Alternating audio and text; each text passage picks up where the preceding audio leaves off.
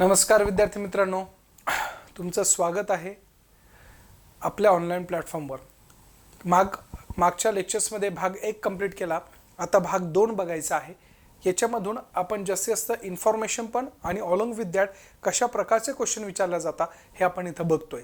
त्यामुळे वेळ न दौडवता आपण भाग 2 चा असलेला पहिला क्वेश्चन बघून घेऊ।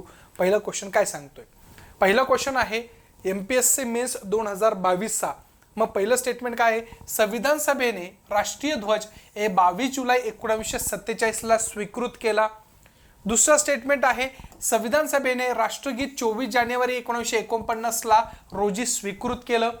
तिसरं स्टेटमेंट आहे संविधान सभेने भारताचे राष्ट्रपती म्हणून डॉक्टर राजेंद्र प्रसाद यांची निवड 26 जानेवारी 1950 रोजी केली। आणि त्याच्यानंतर चौथा आहे संविधान सभेने शेवटचे अधिवेशन 24 जानेवारी 1950 ला रोजी घेतलेले आपल्याला दिसून येत आहे। समहाऊ हा पण क्वेश्चन रिपीटेड क्वेश्चन आहे, त्यामुळे लक्ष ठेवा रिपीटेड क्वेश्चन आपल्या हातातून चुकता कामा नये, हे डोक्यातच उतरवलं पाहिजे। कोणत्या स्वरूपामध्ये मार्क्स जाता कामा नये, ॲटलिस्ट जे PYQs आहे ते तरी। मग अशा स्टेटमेंट विचारले 4, त्याच्यापैकी विचारलेले कोणते विधान बरोबर आहे? तर आपल्याला आता मागच्या लेक्चर्समध्ये आपण बघितलं होतं की काय की संविधान सभेने राष्ट्रीय ध्वज 22 जुलै 1947 ला काय केला होता? स्वीकृत केला होता। राष्ट्रीय ध्वजाच्या स्वरूपामध्ये मतमतांतर झाली होती। देशमुख साहेब होते, तेनान म्हणून एक होते, तर त्यांनी विरोध दर्शवला होता। त्यांचं मत होतं की जे अशोक चक्र आहे त्याच्याऐवजी गांधीजींचा जो चरखा आहे तोच कंटिन्यूशन मध्ये करू। परंतु संविधान सभेने सर्वानुमत त्या गोष्टी मान्य केल्या नाही, परंतु नंतर त्या सगळ्या गोष्टी स्वीकृत करत संविधान सभेने 22 जुलै 1947 ला हा भारताचा ध्वज असेल असं अधोरेखित करून टाकलं। मग असाही क्वेश्चन एक वेळेस आला होता की स्वतंत्र भारताचा जो झेंडा आहे तो भारताबाहेर कोणी फडकवला? तर परांजपे नाव आहे। काय आहे? परांजपे यांनी काय केलं होता की स्वतंत्र भारताचा झेंडा हा भारताबाहेर फडकवणारे पहिले व्यक्ती आहे, हे लक्ष ठेवणं गरजेचं आहे। त्याच्यानंतर दुसरं स्टेटमेंट काय? संविधान सभेने राष्ट्रगीत 24 जानेवारी 1949 ला स्वीकृत केले का? बिलकुल नाही, स्टेटमेंट चुकीचं आहे। बघा विद्यार्थी मित्रांनो, आयोग कुठं खेळतं? आयोग असं सांगतं की पहिले 2-3 जे आहे शब्द आहे ते बरोबर देतं। काय? संविधान सभेने राष्ट्रगीत 24 जानेवारी, पण चुकवलं कुठं? 1949 ला। आकडा बघायचा तर लक्ष ठेवायचा, हा आकडा किती आहे? 1950 ला। ज्यावेळेस आपला शेवटची बैठक बसली 24 जानेवारी 1950 ला, तर त्यावेळेस पहिल्यांदा आपण काही गोष्टी केल्या, जसं की राष्ट्रगीत काय आहे ते राष्ट्रगीत स्वीकारलं। त्याच्यानंतर राष्ट्रगान काय आहे ते राष्ट्रगान आपण स्वीकारलेलं आपल्याला दिसून येत आहे। म्हणजे जनगण मन आणि वंदे मातरम हे रिस्पेक्टिव्हली राष्ट्रगीत आणि त्या प्रकारचं असलेलं इथं आपल्याला काय दिसणार आहे? राष्ट्रगान दिसणार आहे। मग सरोजिनी नायडूंनी त्यांचं गाण्याचं ते वदन केलं आणि त्या स्वरूपाच्या माध्यमातून हे आपण स्वीकारलेलं दिसून येते। कधी? तर 24 जानेवारी 1950 ला, हेही लक्ष ठेवणं गरजेचं आहे। सोबतच ह्या तारखेला राजेंद्र प्रसाद यांना आपण काय केलं होतं?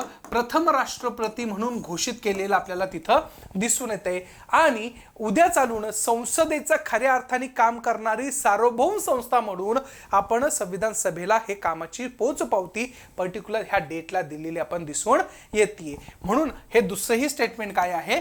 चुकीचं आहे, कारण की तर तारीख किती आहे? 26 जानेवारी। त्यामुळं पहिले 2 स्टेटमेंट त्या प्रकारचे असलेले ब आणि क काय आहे? चुकीचं आहे। मग ब इथं आहे, ब इथं आहे, मग त्या प्रकारे हे चुकलं आणि त्या प्रकारचं असलेलं इथं ब आहे, हे चुकलं। मग बरोबर काय असणार आहे? अ आणि ड असणार आहे। हे मेन्सचा क्वेश्चन आहे, त्यामुळं ॲनालिसिस चांगलं ठेवत चला। आलं लक्षात? चालायचं पुढं। चलो, पुढचा क्वेश्चन काय आहे? राज्यघटना निर्मितीची जबाबदारी व कार्य पार पाडण्यासाठी घटना समितीने विविध समित्यांची स्थापना केली होती। त्या कार्यपद्धतीविषयी नियम समितीचे अध्यक्ष म्हणून खालीपैकी कोणास नेमलेले होते आपल्याला दिसून येत आहे। मग कार्यपद्धतीविषयक नियमन समिती ज्याला आपण म्हणतो का की नेमकं कसं कार्य केलं जाईल, कोणत्या स्वरूपात कार्य केलं जाईल, तर अशा स्वरूपामध्ये कोण होतं की कार्यपद्धतीविषयी नियम कशा पद्धतीने ठरविल्या जाणार आहे. तर लक्ष ठेवायचं, कार्यपद्धती विषयक नियमाच्या बाबतीमध्ये ज्यावेळेस आपण विचार करतो तर त्यावेळेस आपल्याला डॉक्टर राजेंद्र प्रसाद हे नाव समोर येताना इथं लक्षात येऊ शकतं. म्हणून कार्यपद्धतीचं असलेल्या नियामकाविषयी समिती कोण आहे, डॉक्टर राजेंद्र प्रसाद आहे, हे लक्ष ठेवणं गरजेचं आहे. लक्षात, आंबेडकर तर असू शकत नाही, अल्लादी कृष्ण स्वामी अय्यर पण असू शकत नाही. फक्त कन्फ्युजिंग विद्यार्थ्यांना कुठं होतं तर दोन आहे, ते म्हणजे काय असणार आहे, एक तर राजेंद्र प्रसाद किंवा डॉक्टर के.एम. मुळशी आहे, इथं कन्फ्यूज होण्याचा शक्यता असते. परंतु लक्ष ठेवायचं, डॉक्टर राजेंद्र प्रसाद कार्यपद्धती नियमाविषयक असलेल्या समितीचे असलेले अध्यक्ष आपल्याला दिसून येते. कार्य कसं असणार आहे, कोणत्या स्वरूपात कार्य करायचंय तर त्याविषयी ठरविण्याचा अधिकार हा प्रसाद सरांना दिलेला होता. त्याच्यानंतर आहे कंबाईन 2020 ग्रुप बी जो आहे त्याचा 2020चा क्वेश्चन्स, कारण की आता ग्रुप बी आणि ग्रुप सी अशा प्रकारचे असलेले संदर्भ इथून 2020 पासून स्टार्ट होत आहे. मग खालील विधानापैकी कोणते विधान योग्य आहे. पहिलं स्टेटमेंट आहे, संविधान सभेच्या 288 सदस्यांनी 26 जानेवारी 1950 रोजी राज्यघटनेवर स्वाक्षऱ्या केल्या. Double repeat repeat repeat question होता मित्रांनो, हे लक्षात घेत चला. PYQ का महत्वाचे आहे, कारण की PYQ तुमची हँड असेल तर ऑटोमॅटिकली तुम्हाला सगळ्या गोष्टी कळतील. 288 आहे का, नाही 284, आणि ते 26 जानेवारीला आहे का, नाही, हेही लक्षात घेणं गरजेचं आहे. कोणतं योग्य आहे म्हणजे हे चुकीचं आहे. कायद्याने घालून दिलेली पद्धत, त्याला इंग्लिशमध्ये प्रोसिजर इस्टॅब्लिश बाय लॉ, ही अमेरिकेच्या असलेल्या राज्यघटनेमधून स्वीकारलेली आहे. हे स्टेटमेंट बरोबर आहे का, तर नाही, हेही स्टेटमेंट काय आहे, चुकीचं आहे. त्या प्रकारचं असलेलं संसदेच्या दोन्ही सभागृहाची संयुक्त बैठक ही कल्पना ब्रिटिश राज्यघटनेकडून घेतलेली आहे का, ही पण काय आहे, चुकीचं स्टेटमेंट आहे. म्हणून 1, 2, 3 कोणतंही नसल्या कारणामुळं वरील पैकी एकही नाही याचं बरोबर उत्तर असणार आहे. का, त्यांनी योग्य विचारलेलं आहे. कंबाईंड ग्रुप बी 2020 मध्ये विचारलेला आहे. मग आता सर इथं काय असणार आहे, तर मी तुम्हाला सांगितलं की किती जणांची सिग्नेचर आहे, 284 जणांची सिग्नेचर आहे, हेही लक्ष ठेवणं गरजेचं आहे. कधी आहे तर त्या प्रकारचं असलेलं 24 जानेवारी 1950ला आपण लक्षात घेऊ शकतो. आता इथं लक्ष ठेवायचं की प्रोसिजर इस्टॅब्लिश बाय लॉ आणि ड्यू प्रोसेस ऑफ लॉ ह्या दोन संकल्पना आहे. मग प्रोसिजर इस्टॅब्लिश बाय लॉ म्हणजे तर कायद्याने घालून दिलेली काही पद्धत, जसं की फॉर एक्झाम्पल एखादी गोष्ट जर कायद्याने घालून देत असेल म्हणजे कायदा जो करतोय तो कायद्याच्या माध्यमातून प्रत्येक गोष्ट चालवली गेली पाहिजे. मग अशा प्रकारे त्याला म्हणतात procedure establish by law. Due process of law काय म्हणजे तर कायदा कसा आहे तेही चेक करायचं आणि कायद्याची अंमलबजावणी करणारे जे एक्झिक्युटिव्ह विंग्स आहे त्याचीही माइंडसेट कशी आहे हेही चेक केल्या जात आहे. जर फॉर एक्झाम्पल आपण बघायला गेलं तर प्रोसिजर इस्टॅब्लिश बाय लॉ हे कुठून घेतलेलं आहे तर ब्रिटनच्या कॉन्स्टिट्यूशन मधून घेतलेलं आपल्याला लक्षात येतं. मग ब्रिटनचं कॉन्स्टिट्यूशन काय सांगतो की kings can not do wrong, राजा कधीही चुकी करू शकत नाही, असं कुठं आहे तर त्या प्रकारच्या ब्रिटिशमध्ये आहे, ब्रिटिश पॅरामाउंटसीमध्ये आहे. Kings can not do wrong अशा प्रकारची असलेली काय आहे तिथं संकल्पना आपल्याला दिसून येते. मग कायदा करणारं जी पद्धत आहे किंवा कायदा जो असणार आहे तो चांगलाच असणार आहे असं ब्रिटिशांची असलेली संकल्पना आहे. परंतु अमेरिकेमध्ये तसं नाहीये. अमेरिकेमध्ये काय आहे, कायदा कसा केला आहे तोही चेक करायचा आणि कायद्याची अंमलबजावणीही कोण करतंय, कशा पद्धतीने करतंय हेही चेक केल्या जाता. म्हणून ती अमेरिकेकडून कोणती संकल्पना आहे, ड्यू प्रोसेस ऑफ लॉ म्हटलं जातं. म्हणजे ड्यूनेस किती आहे त्या प्रोसेसमध्ये, ती प्रोसेस कशी फुलफिल केल्या जाते. मग अशा पद्धतीने ड्यू प्रोसेस ऑफ लॉ कुठून घेतलेला आहे तर अमेरिकेकडून घेतलेला आपल्याला दिसून येते. आपल्याकडे आर्टिकल 21चा जेव्हा संदर्भ लागतो तर त्यावेळेस प्रोसिजर इस्टॅब्लिश बाय लॉ ही संकल्पना घेतलेली आपल्याला दिसून येते. परंतु इन प्रॅक्टिकली आपल्याकडचं ज्युडिशरी पण तेवढ्याच ऍक्टिव्ह पद्धतीने काम करते आणि ज्युडिशरी पण काय करते, ड्यू प्रोसेस ऑफ लॉचा कधी कधी काय करते, बऱ्यापैकी वापर करताना दिसते. म्हणजे मोदी गव्हर्नमेंटनी केलेले कायदे सगळेच चांगले आहे ते चेक केल्या जाणारच नाही असं कधी होईल का भारतामध्ये, होणार नाही. मग ज्युडिशरी काय करते, त्या गोष्टीला पडताळून बघते. म्हणजेच ते काय आहे तर ड्यू प्रोसेस ऑफ लॉ म्हणून संबोधल्या जातं. हे सोप्या भाषेत आहे. मी कॉन्सेप्च्युअल क्लॅरिटीवर नंतर एक सेशन बनवणारच आहे, ते सेशन पण तुम्हाला बऱ्यापैकी आवडणार आहे. मग आपण सगळ्या त्याच्यामध्ये ज्या काही गोष्टी आहेत त्या गोष्टी आपण तिथं भाष्य करू. आलं लक्षात. म्हणून हे स्टेटमेंट काय आहे, चुकीचं आहे. संसदेच्या दोन्ही सभागृहाची संयुक्त बैठक ही कल्पना ब्रिटिशच्या राज्यघटनेकडून घेतलेली आहे का? तर नाही, ती कुठून घेतलेली आहे? तो ऑस्ट्रेलियाकडून घेतलेली आहे. कुठून घेतलेली आहे? ऑस्ट्रेलियाकडून घेतलेली आपल्याला दिसून येते. मग संयुक्त बैठकीचा आर्टिकल किती आहे? तर 108 आहे. हेही लक्षात घेणं गरजेचं आहे. मग हे कुठून घेतलेलं आहे? ऑस्ट्रेलियाकडनं घेतलेलं आपल्याला दिसून येत आहे. चालायचं पुढं. चला पुढं काय आहे? खालीलपैकी कोणते विधान योग्य आहे? AMVI प्री 2020 चा आहे, म्हणजे त्या प्रकारचं असलेलं आत्ताचा क्वेश्चन आहे. क्वेश्चन काय आहे? नीट वाचा बघा. भारत सरकार कायदा 1935 द्वारा केलेल्या शिफारसीच्या आधारावर भारताच्या संविधान सभेची स्थापना झालेली आहे. हे स्टेटमेंट बरोबर आहे का? त्याच्यानंतर कारण की योग्य विचारलेलं आहे. दुसरं स्टेटमेंट आहे संविधान सभेचे उपाध्यक्ष म्हणून 11 डिसेंबर 1946 ला HC मुखर्जी यांची निवड झाली आहे का? तिसरं स्टेटमेंट आहे जवाहरलाल नेहरू यांची नियम समिती, सुकाणू समिती आणि हंगामी समितीच्या अध्यक्षपदी नियुक्ती झालेली होती का? मग अशा प्रकारचं असलेलं योग्य कोणतं आहे असं विचारलेलं आपल्याला दिसून येते. मग अशा वेळेस आपल्याला काय दिसून येते की पर्टिक्युलर हे तिन्ही स्टेटमेंट काय आहे? चुकीचे आहे. म्हणून वरीलपैकी एकही नाही हे अशा प्रकारचं याचं इथं काय उत्तर असणार आहे. मग आपण बघून घेऊ की आपल्याला माहिती आहे की संविधान सभेची स्थापना कशामुळे झालेली आहे? तर 1946 चा जो कॅबिनेट मिशन प्लॅन्स आहे त्या कॅबिनेट मिशन प्लॅनमुळे झालेली आहे. म्हणजे त्या प्रकारचं असलेलं कॅबिनेट मिशन त्रिमंत्री योजना हे भारतामध्ये आलं आणि त्यांनी सगळ्या गोष्टी प्लॅन आखून दिल्या. कसं निवडून यायचं, काय निवडून यायचं, कशा पद्धतीने आहे हे सगळं सांगितलेलं आहे.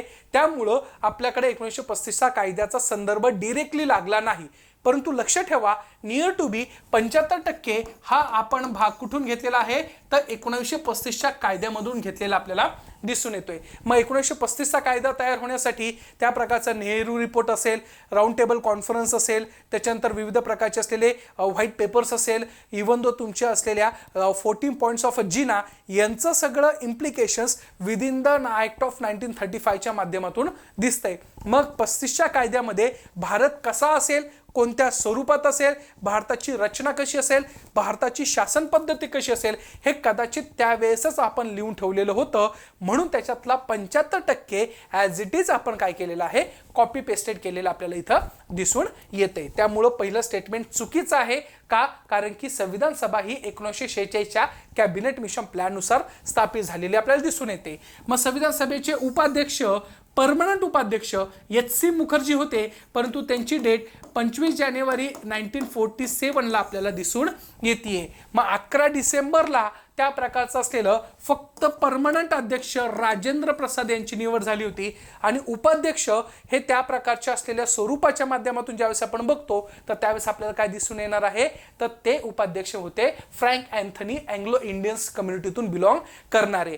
नंतरच्या काळामध्ये आपल्या संविधान सभेला 2 उपाध्यक्ष लाभले होते. हे पण लक्षात ठेवणं गरजेचं आहे कारण की HC मुखर्जी यांची निवड 25 जानेवारी 1947 ला झाली, पण नंतरच्या असलेल्या डिव्हिजनमुळं कुठेतरी त्या प्रकारच्या असलेल्या गोष्टीच्या माध्यमातून कृष्णमाचारी यांना आपण काय केलेलं होतं? तिथं उपाध्यक्ष म्हणून नेमलेलं आपल्याला दिसून येते. म्हणजे 2 उपाध्यक्ष होते आपल्याला हेही लक्षात घेणं गरजेचं आहे. मग सुकाणू समितीचे असलेले कोण होते? राजेंद्र प्रसाद होते. त्यामुळे हे स्टेटमेंट पण काय आहे? चुकीचं आहे. हे लक्षात घेणं गरजेचं आहे. प्री एक्झामिनेशन 2020 मध्ये विचारलेलं आहे AMVI च्या मध्ये. चलायचं पुढं. चलो पुढचा क्वेश्चन आहे त्या पद्धतीचा, तो म्हणजे काय? कॅबिनेट मिशन योजनेने घटना समितीची रचना सुचवली होती. MSc जी आहे त्याची पूर्व परीक्षा 2020 मध्ये क्वेश्चन विचारलेला आहे. मग प्रांतिक विधिमंडळाद्वारे प्रमाणशीर पद्धतीच्या तत्वाच्या आधारावर अप्रत्यक्षपणे निवडणूक, त्याच्यानंतर भारताच्या जनतेमधून प्रत्यक्ष निवडणूक, त्याच्यानंतर तिसरं स्टेटमेंट आहे प्रांतिक विधिमंडळाद्वारे नेमणूक, चौथा आहे मर्यादित मताधिकारावर आधारित निवडणूक. खरं बघायला गेलं तर हा क्वेश्चन कॅन्सल केलेला आहे योगाने, परंतु आपण इथं सोडण्याचा प्रयत्न करू त्याला. बघा आपल्याला माहिती की कॅबिनेट मिशन प्लॅन कधी आलं तर त्या प्रकारचं 24 मार्च 1946 ला इथं आलेलं आपल्याला दिसून येते. मग कॅबिनेट मिशन आल्यानंतर त्यांनी तब्बल आपल्याकडं 18 महिने तिथं वास केला होता. आपल्या 18 महिन्यामध्ये त्यांनी प्रत्येक व्यक्तीला भेटले होते, जे राजकीय पुढारी होते त्या सगळ्या गोष्टीच्या माध्यमातून त्यांनी ऍक्टिव्हिटीज केल्या होत्या आणि काही प्रमाणामध्ये भारताचं असलेलं काही रूपरेषा असेल ते तिथं त्यांनी आखून दिलेलं आपल्याला दिसून येते। मग अशा वेळेस त्यांनी सहज सांगितलं होतं की जी पण तुमची असलेली संविधान सभा बनणार आहे ती संविधान सभा कशी असणार आहे, अप्रत्यक्ष स्वरूपात असणार आहे। म्हणजे जनतेने तिथं ऑलरेडी जे लोक निवडून दिलेले आहे त्या लोकांकडून आपल्याला संविधान सभेमध्ये 389 मेंबर घ्यायचे आहे, हे त्याचा असलेला अर्थ निघतो। सोबतच असंही सांगितलं होतं की 10 लाख लोकांमागे एक प्रतिनिधी असेल, त्याच्यानंतर सीख असेल, त्याच्यानंतर तुमचे पर्टिक्युलर मुस्लिम समुदाय, त्याच्यानंतर पर्टिक्युलर सर्वसाधारण असलेला पर्टिक्युलर ग्रुप आहे त्याच्यातून लोक येतील आणि अशा स्वरूपामध्ये प्रांतिक स्तरावर जे ऑलरेडी कायदेमंडळ तयार झाले आहे त्याच्यामधून हे इलेक्शन कंडक्ट केल्या जाणार आहे। म्हणून इथं पहिलं स्टेटमेंट काय आहे, बरोबर आपल्याला तिथं दिसून येते। जनतेचं प्रत्यक्ष निवडणुका होत्या का? बिलकुल नाही, कारण की त्यावेळेस सामान्य लोकांना निवडणुकामध्ये कसा भाग घ्यायचा हे देखील माहित नव्हतं। सुशिक्षितपणा होता का? नाही। ॲडमिनिस्ट्रेटिव्ह कॉस्ट खर्च करण्याची भारताची कॅपॅसिटी होती का? बिलकुल नाही। त्यामुळं कुठंतरी सुरुवातीच्या काळामध्ये ह्या प्रत्यक्ष निवडणुकीचा असलेला जो भर आहे तो आपण कुठंतरी बाजूला सारलेला तिथं दिसून येतोय। प्रांतिक विधिमंडळाकडे नेमणूक? बिलकुल नाही। त्याच्यानंतर मर्यादित मताधिकार आधारित निवडणूक होती का? बिलकुल नाही। म्हणून हे स्टेटमेंट काय आहे, चुकीचे आहे। फक्त काय आहे, 3 क्रमांकाचं म्हणजे हे स्टेटमेंट काय आहे, बरोबर आहे। आयोगाने चुकीचं केलंय परंतु आपण त्याला रिकरेक्शन करून त्या पद्धतीने हे स्टेटमेंट बरोबर आहे।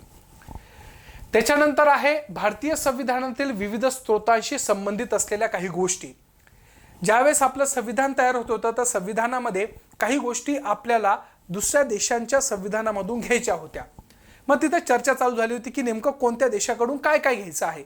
मग अशा वेळेस आपल्याला लक्षात येतंय की प्रत्येक संविधानामधल्या ज्या काही गोष्टी घेतल्या त्या कॉपी पेस्टेड नाहीये, म्हणजे आपल्याला जे योग्य वाटतंय त्याच गोष्टी आपण काय केल्या होत्या त्याच्यामधून घेतलेल्या आपल्याला लक्षात येऊ शकतं।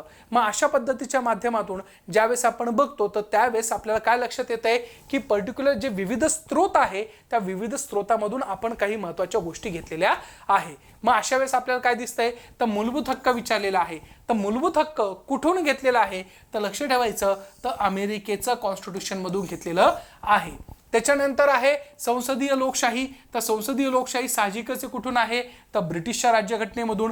संसदेचे संयुक्त अधिवेशन जे आपण आता नुकतंच बघितलं होतं तर ऑस्ट्रेलियाची राज्यघटना आणि राज्य धोरणाची मार्गदर्शक तत्वे हे कुठून घेतलेलं आहे तर आयर्लंड मधून घेतलेलं आपल्याला दिसून येत आहे। परंतु याच्याही पलीकडे काही गोष्टी आपण घेतलेल्या आहे, जसं की अमेरिकेकडून आपण काय घेतलं होतं, मूलभूत हक्क, त्या प्रकारचं ज्युडिशियल रिव्ह्यू असेल, न्यायिक पुनर्विलोकन असेल, त्याच्यानंतर महाभियोगाची पद्धत असेल तेही आपण अमेरिकेकडनं घेतलं आहे।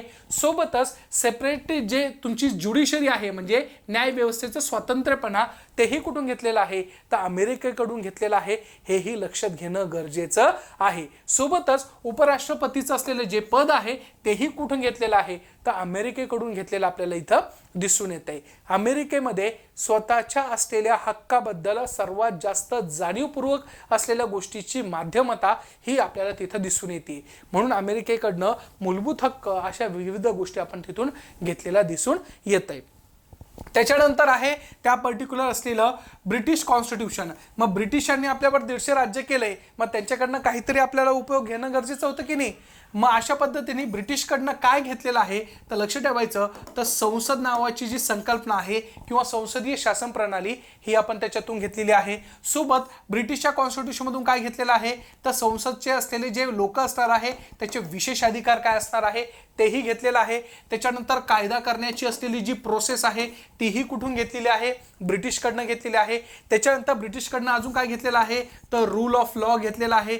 त्याच्यानंतर ब्रिटिशकडनं अजून काय घेतलेलं आहे तर लक्ष ठेवायचं एकेरी नागरिकत्व घेतलेलं आपल्याला दिसून येतंय। म्हणजे एका प्रकारे ब्रिटन कॉन्स्टिट्यूशन मधून आपण ह्या सगळ्या गोष्टी घेतलेल्या आहे आणि ही जी प्रोसिजर आहे लॉ मेकिंग किंवा लॉची असलेली अबाइंडिंग जे असेल ह्या सगळ्या गोष्टी ज्या आहे त्या कुठंतरी ब्रिटिशच्या कॉन्स्टिट्यूशन मधून घेतलेलं दिसून येते। ऑस्ट्रेलियाच्या कॉन्स्टिट्यूशन मधून काय आहे तर पहिली गोष्ट आहे संयुक्त बैठक आहे। सोबतच त्या प्रकारची जी समवर्ती सूची आहे ती समवर्ती सूची ही देखील आपण कुठून घेतलेली आहे तर ऑस्ट्रेलियाच्या कॉन्स्टिट्यूशन मधून घेतलेली आहे. व्यापार आणि वाणिज्याचे स्वातंत्र्य देखील कुठून घेतलेलं आहे तर ऑस्ट्रेलियाच्या कॉन्स्टिट्यूशन मधून घेतलेलं आपल्याला दिसून येत आहे. मग अशा पद्धतीने त्याच्यानंतर डीपीएसपी आहे, डीपीएसपी आयर्लंड मधून घेतलेलं आपल्याला दिसून येते. मग ह्या सगळ्या गोष्टीचे ज्यावेळेस आपण बघतो तर त्यावेळेस तुम्हाला डिरेक्टली विचारलेलं काय आहे की कोणतं बरोबर आहे. मग आता आपण जर इथं बघायला गेलं तर अ ब क ड मग अशा स्वरूपामध्ये अ चं काय आहे 2 आहे,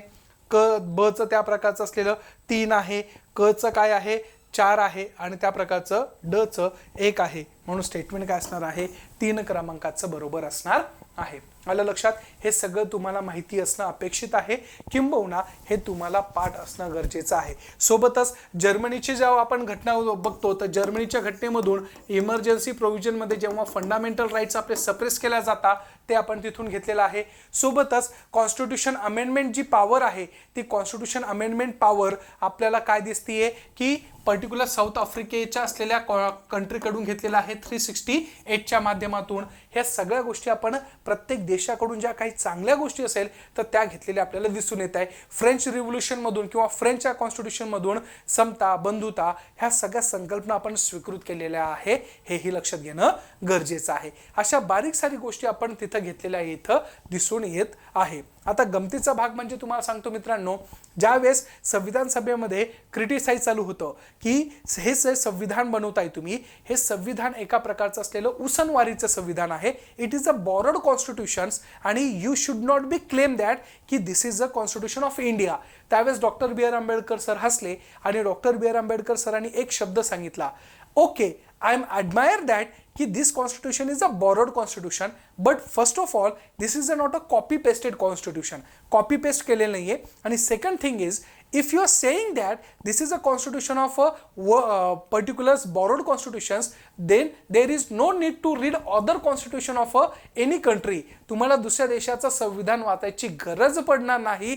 जर आपल्या भारताचं संविधान तुम्ही वाचला तर त्या प्रकारे संपूर्ण जगाचं संविधान वाचल्यासारखं तुम्हाला फील होईल. त्यामुळे it is a proud movement that की it should be called as a India the constitution of a world, not a constitution of a India. अशा प्रकारचे मार्मिक स्वरूपामध्ये ज्यावेळेस आंबेडकर सरांनी तिथं समोरच्याला शांत केलं तर त्यावेळेस आपल्याला त्याची महती इथं लक्षात येऊ शकते. आलं लक्षात. मग अशा पद्धतीने ह्या सगळ्या गोष्टी लक्षात घेणं गरजेचं आहे. पुढचा क्वेश्चन आहे तो म्हणजे एसओ मेन्स 2019चा. मग काय आहे, संविधान सभेच्या मसुदा समितीचे अध्यक्ष म्हणून डॉक्टर बाबासाहेब आंबेडकर यांची निवड या दिवशी करण्यात आलेली आहे.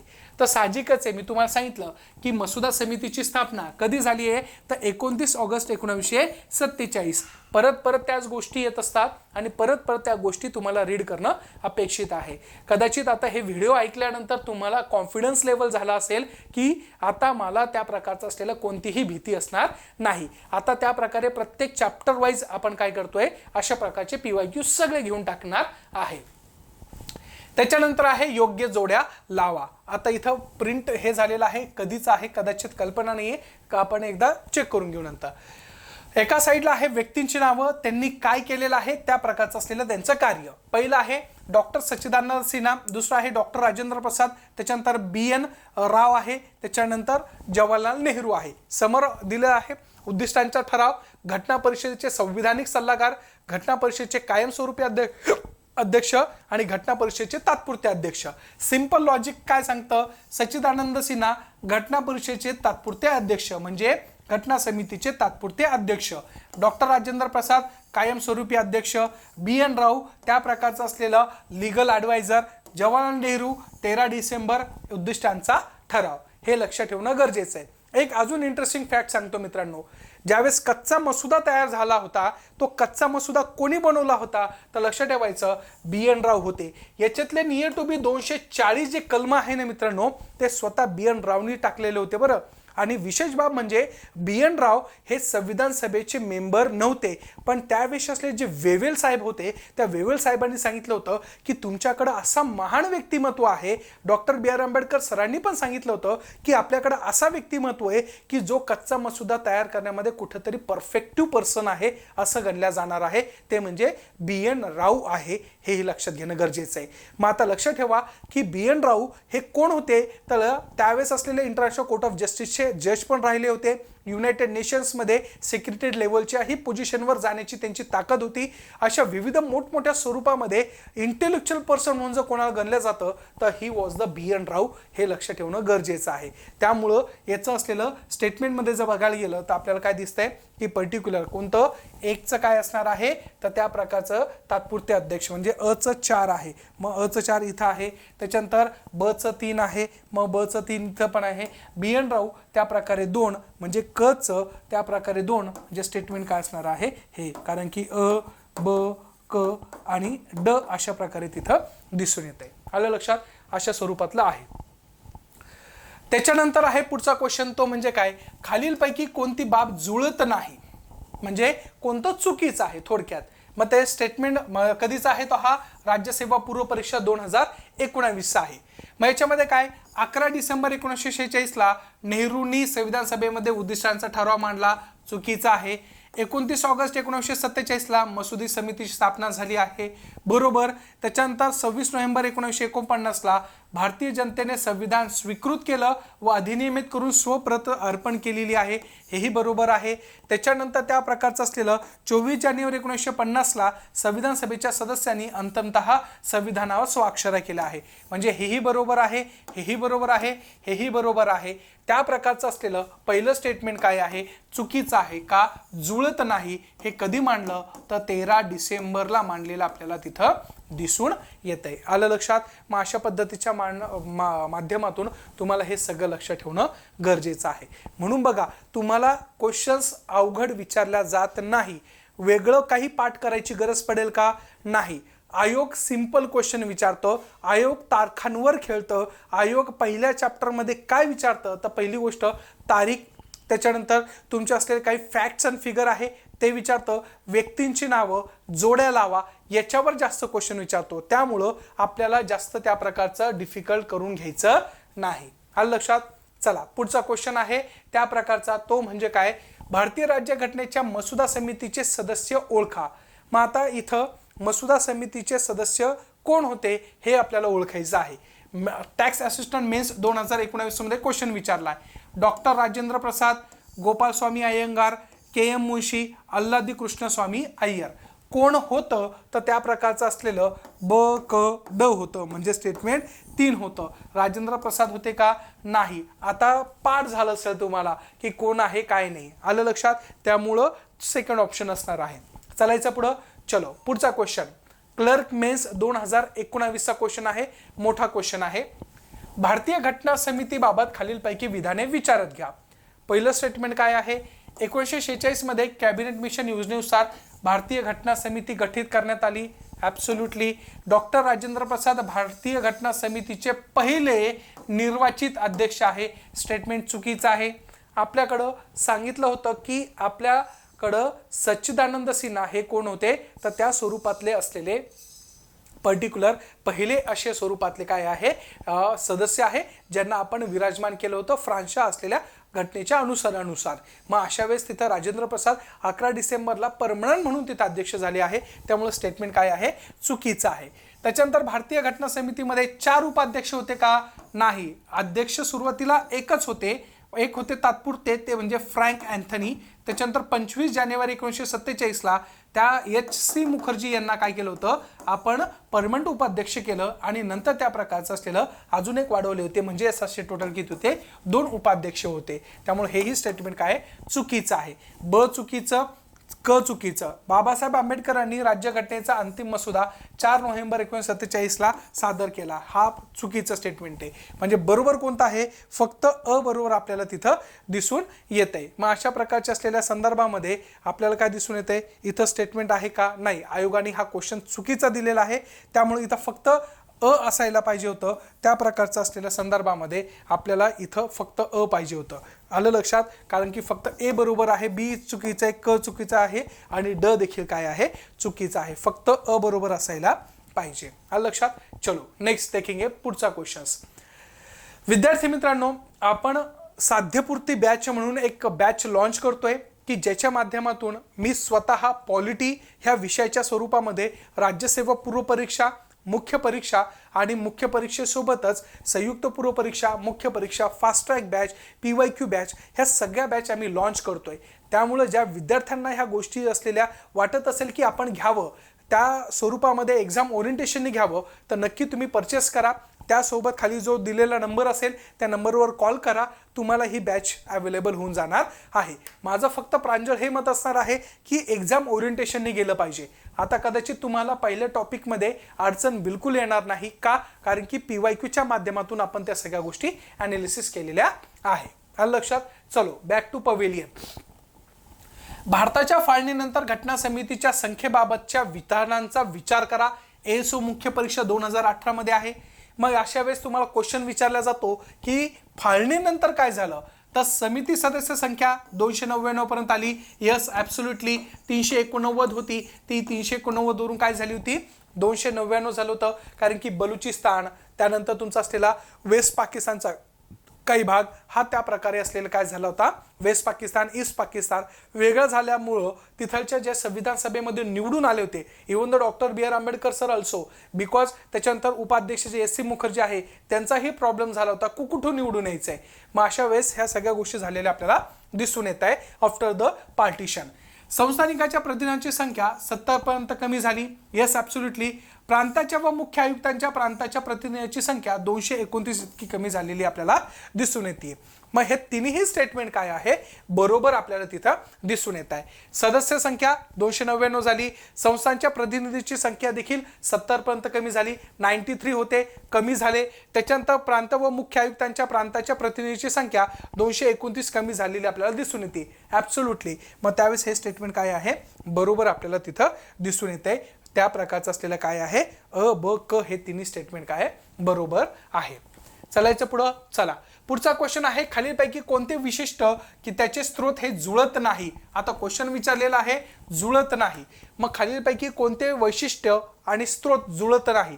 इथं काय दिलेले, कायद्याचे अधिराज्य, ब्रिटिश राज्यघटना, त्याच्यानंतर कायद्याने घालून दिलेली पद्धत, ब्रिटिश राज्यघटना, त्याच्यानंतर कायद्याची योग्य पद्धत, अमेरिकेची असलेली राज्यघटना आणि न्यायिक पुनर्विलोकन, अमेरिकेची राज्यघटना. कोणती जुळत नाही ते त्या प्रकारचं असलेलं तिथं विचारलेलं आहे. मग अशा वेळेस आपल्याला काय दिसून येतंय, कायद्याचे अधिराज्य म्हणजे रूल ऑफ लॉ कोणाचं आहे, तर त्यावेळेस ब्रिटिश घटनेचं आपल्याला दिसून येतंय. हे ॲब्सोल्युटली बरोबर आहे. कायद्याची ड्यू प्रोसेस ऑफ लॉ हे पण कोणाचं आहे, अमेरिकेचं आहे. न्यायिक पुनर्विलोकन हे पण कोणाचं आहे, अमेरिकेचं आहे.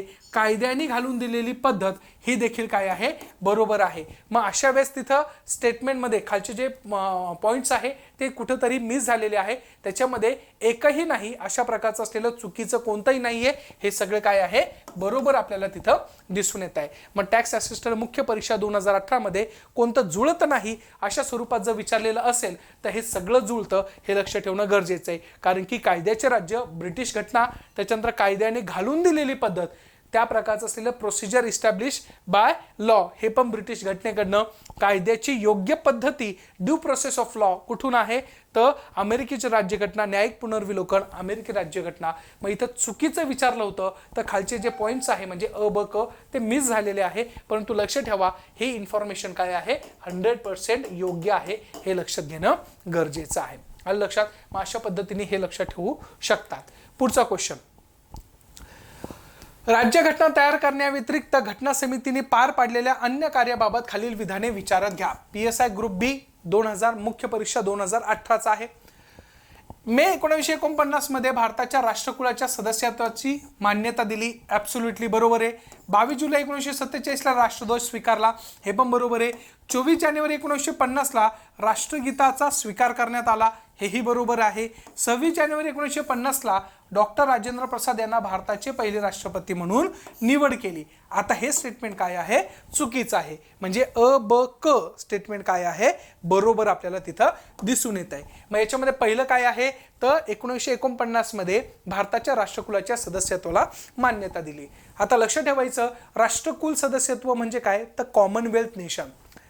ज्यावेळेस भारत स्वतंत्र झाला तशासारखेच अनेक देश जे ब्रिटिश पॅरामाउंटेसीच्या खाली जगत होते ते सगळे लिबरेट झाले.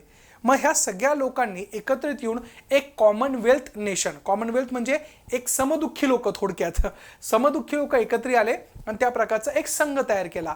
मग त्याला नाव दिलं राष्ट्रकुल संघटना.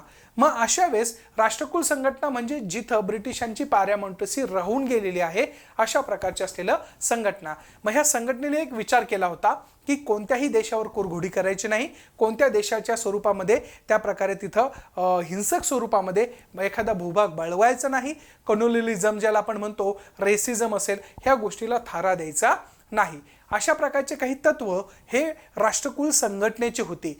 मग ज्यावेळेस 1946ला आपल्याकडे कॅबिनेट मिशन प्लॅन आलं, तर कॅबिनेट मिशन प्लॅनचा हाही उद्देश होता की भारत कॉमनवेल्थ नेशनमध्ये जॉईन होईल किंवा नाही. परंतु भारताने थोडा विचार केला आणि मे 1949ला ह्या कॉमनवेल्थ नेशनला काय दिलंय, सदस्यत्वाची मान्यता दिलेली आपल्याला दिसून येते. 22 जुलै 1947ला राष्ट्रध्वज स्वीकारला. त्याच्यानंतर 24 जानेवारी 1950ला राष्ट्रगीताचा, गाण्याचा आपण स्वीकार केलेला आपल्याला दिसून येतोय. राष्ट्रपती म्हणून कधी घोषित झाले राजेंद्र प्रसाद, तर 24 जानेवारी 1950ला झालेले आपल्याला तिथं दिसून येणार आहे. आलं लक्षात. चालायचं पुढं. मग स्टेटमेंट काय असणार आहे, विधान अ ब क हे बरोबर आहे असं दिसून येते. त्याच्यानंतर आहे पुढचं स्टेटमेंट. पुढचा क्वेश्चन, 11 डिसेंबर 1946 रोजी भारतीय घटना समितीचे अध्यक्ष म्हणून कोणाची निवड करण्यात आली. सिंपल क्वेश्चन आहे. त्या प्रकारचं असलेलं तिथं समितीचे अध्यक्ष कधी, 11 डिसेंबर 1946ला, म्हणजे परमनंट अध्यक्ष असणारे. मग कोण आहे, तर डॉक्टर राजेंद्र प्रसाद. हेही लक्षात घेणं गरजेचं आहे, तेवढंच महत्त्वाचं आहे, आपल्या लक्षात येऊ शकतं. येतंय लक्षात. मग अशा स्वरूपामध्ये doctor Rajendra Prasad was a persons to associate as a permanent member of the constitution assembly because of, कारण की आपल्याकडं त्या स्वरूपातले जे सच्चिदानंद सिन्हा होते ते तात्पुरते होते, परमनंट आपल्याला 11 डिसेंबरला करायचं होतं. आलं लक्षात.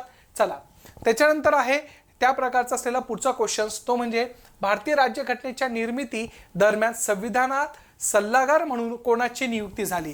तर साहजिकच आहे, तुम्हाला मी सांगितलं होतं की 11 डिसेंबर 1946ला परमनंट अध्यक्ष राजेंद्र प्रसाद आणि BN राव यांना लिगल ॲडवायझर केलेलं म्हणून आपण दिसून येते. मग त्या प्रकारचं असलेलं BN राव किंवा BN राव हे काय आहे, लिगल ॲडवायझर म्हणून कन्सिडर केले गेलेले आहे. कंबाईंड ग्रुप C 2018ला क्वेश्चन विचारलेला आहे.